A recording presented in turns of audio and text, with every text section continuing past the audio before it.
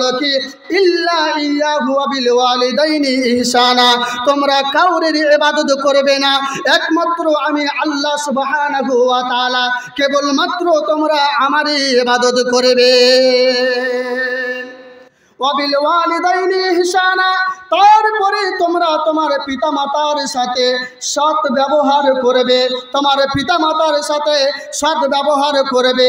আল্লাহ সুবহানাহু ওয়া তাআলা বলছেন, তোমার পিতামাতার মধ্যে দুইজনের একজন অথবা দুইজনের দুইজন তথা উভয়কে যদি তোমার জীবদ্দশায় পেয়ে যাও, তাদের সাথে তুমি বিরক্তমূলক কথা বলবে না, তাদের সাথে তুমি উফ কথা বলবে না, তাদেরকে তুমি ঘোষণা দেওয়া কথা বলবে না, তাদের সাথে তুমি কথা বললে তাদের সাথে ভদ্রতার সহিত কথা বলতে হবে, তাদের সাথে ভালোভাবে কথা বলতে হবে।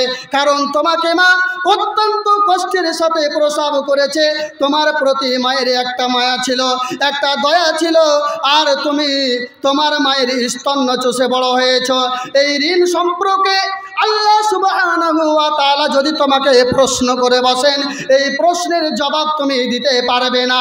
আর তুমি যদি মনে করে থাকো যে আমি মায়ের ঋণ শোধ করে দেব, মায়ের ঋণ আমি শোধ করে দিয়েছি, ওরে ভাইরা আমার, আপনাদের উদ্দেশ্যে আমি বলবো, কোনো ভাই যদি বলে থাকেন যে মায়ের ঋণ আমি শোধ করে দেব, আপনার সারা শরীরের চামটাকে কেটে মায়ের যদি পায়ের তলায় পরিয়ে দিয়ে থাকো, তথাপি মায়ের ঋণ তোমরা শোধ করতে পারবে না।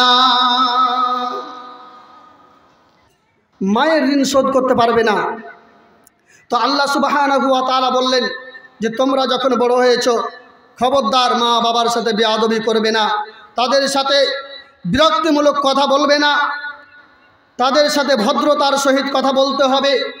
এখানে একটা কথা আপনাকে আমি বলে রাখি, একটা পাখি যে উড়াল দেয় আপনারা জানেন, পাখি যখন ওপর দিকে উড়াল দিতে থাকে তখন তার ডানা এই বাহু দুটাকে এভাবে ঝাঁকি দিতে থাকে, কারণ এই ডানা যদি ঝাঁকি না দেয় তাহলে সে ওপর দিকে আর উঠতে পারবে না। ওই পাখিটা যখন নিচে নেমে আসে তখন তার ডানা দুটোকে গুটিয়ে নিয়ে সুন্দরভাবে মাথাটাকে নিচের দিকে করে আল্লাহ সুবহানাহু ওয়া তাআলার কাছে সে নিজেকে আত্মসমর্পণ করে দেয়। সম্মানিত উপস্থিতি, আপনাকে যেটা আমি বলছিলাম, যখনই তোমরা কোনো জায়গা থেকে মায়ের সামনে যাবে, মা তোমার দিকে তাকিয়ে থাকে, আমার ছেলে কোথা থেকে আসলো, আমার ছেলে হয়তো কাজ করে এসেছে, তার ভিতরে একটা খাস্তানা এসেছে, সে হয়তো ক্লান্তি বোধ করেছে, তার ভিতরে ক্লান্তি এসে গেছে। এই ক্লান্তি দূর করার জন্য মা তার আঁচলখানা টেনে ছেলের মুখটাকে মুছে দেয়। এই মুখটাকে যখন মুছে দেয়, আপনার উচিত হবে, যখন আপনি মায়ের সামনে এসেছেন, কাজ করে এসেছেন, এটা ভালো জিনিস, কাজ করে আসার পরে মায়ের সামনে আসতে গেলে মাথাটাকে নিচু করে দিয়ে মাকে বলতে হবে, মা আসসালামু আলাইকুম। এই কথা বলে মায়ের সামনে যদি আসো, তোমার মা তোমার জন্য দোয়ায় ভরপুর করে দেবে।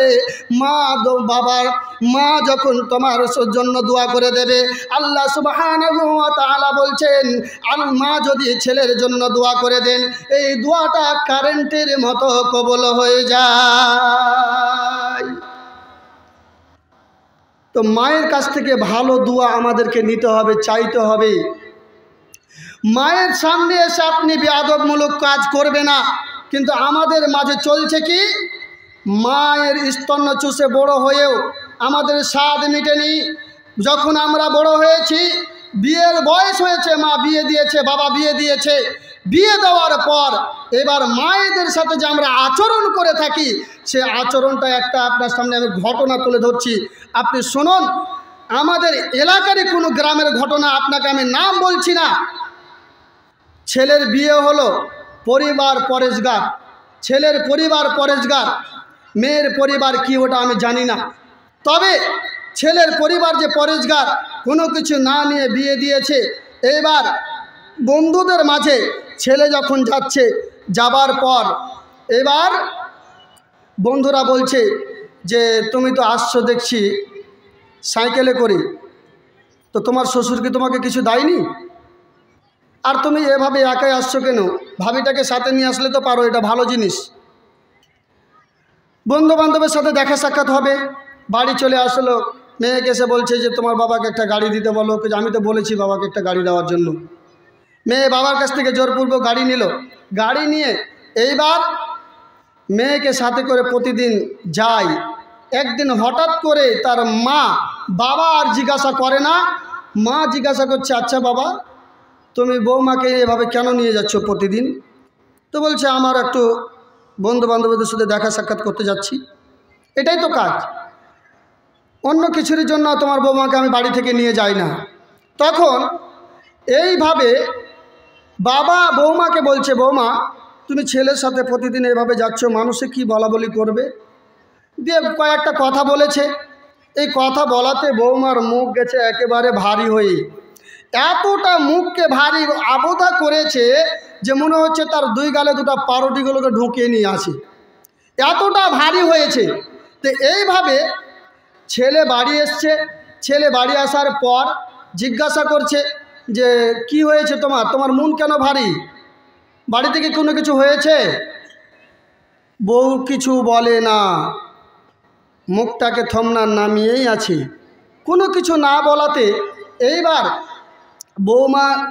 বৌমার কাছে শাশুড়ি আম্মা আসছে, জিজ্ঞাসা করছে, কেন তুমি ছেলের সাথে এরকম আচরণ করছো, কথা বলো না কেন? আরও তো বৌমার মিটার ওপর দিকে উঠলো। এবার শেষ বেশ ছেলে বলছে, কি হয়েছে তুমি বলো না আমাকে। কবিতার ভাষাতে বলছে, মিষ্টি বউ আমার কেন দেখি মন খারাপ তোমার, আজ বাড়িতে কি হয়েছে, মা নাকি কিছু বলেছে, জলদি করে বলো আমায়, সহে না যে দেরি আর, মিষ্টি বউ আমার কেন দেখি মন খারাপ তোমার। এবার স্ত্রী বলছে, একটু লাইনে এসছে, এখনো তোমাকে আর কিছু বলছি না। তখন স্বামী বলছে, ওগো বিবি আমি তোমায় কত ভালোবাসি, আস্তানা থাকিলে তুমি ট্রাই করে দেখো একবার, মিষ্টি বউ আমার কেন দেখি মন খারাপ তোমার। স্ত্রী এবার বলছে, স্ত্রী বলে, ও গো স্বামী তোমার ভাত খাবো না আমি, থাকবো না আর এই বাড়িতে, চলে যাব বাপের ঘর, মিষ্টি বউ আমার কেন দেখি মন খারাপ তোমার। এবার স্ত্রী বলছে, যখন তুমি বাড়িতে থাকো না তোমার মা আমাকে বকাবকি করে, তোমার মা আমাকে গালি দেয়। এবারে ছেলে বইয়ের কথা শুনে কি করছে, বইয়ের কথা শুনে কানে ছেলে ছুটে মায়ের পানে, ধাক্কা মেরে ফেলে দিল, ভাঙল মায়ের হাতের হাড়, মিষ্টি বউ আমার কেন দেখি মন খারাপ তোমার। স্ত্রীর কাছে এসে স্বামী এইভাবে বিবরণ নিচ্ছে, তোমার বাবা মা আমাকে গালিগুলাজি করেছে, তোমার বাবা মা আমাকে বকেছে, তাই আমার মন খারাপ হয়েছে, আমি আর এই বাড়িতে থাকবো না, আমি